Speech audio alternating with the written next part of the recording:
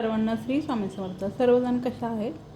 आज आपण बघणार आहे संध्याचे 8 वाजले आहेत आणि माझा मुलगा जॉबसाठी पुण्याला असते.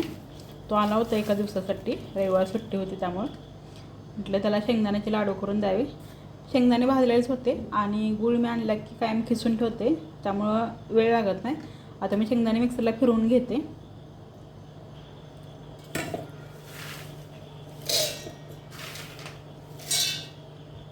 आणि तो सकाळी दुपारी जाणार होता, परत सुकणार नाहीत ना, म्हटलं जरा करून ठेवायचं पटकन.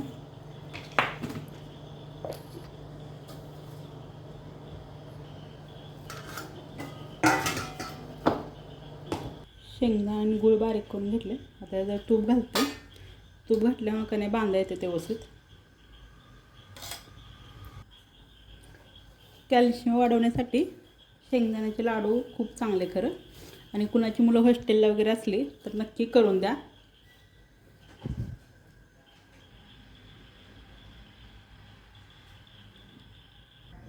झाले बघा लाडू तयार. कसे वाटले नक्की सांगा. सर्वांना श्री स्वामी समर्थ. शेंगदाणे भाजायला लागले, चांगले भाजले. एका वाटीत मीठ घेतलं, 1 चमचाभर घेतलं आणि थोडंसं पाणी घेतलं आणि चांगलं विरघळलं की शेंगदाणे भाजल्याने त्यात घालायचं.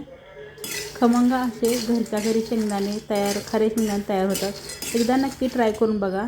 सर्वांना श्री स्वामी समर्थ. व्हिडिओ आवडला तर लाईक शेअर करायला विसरू नका.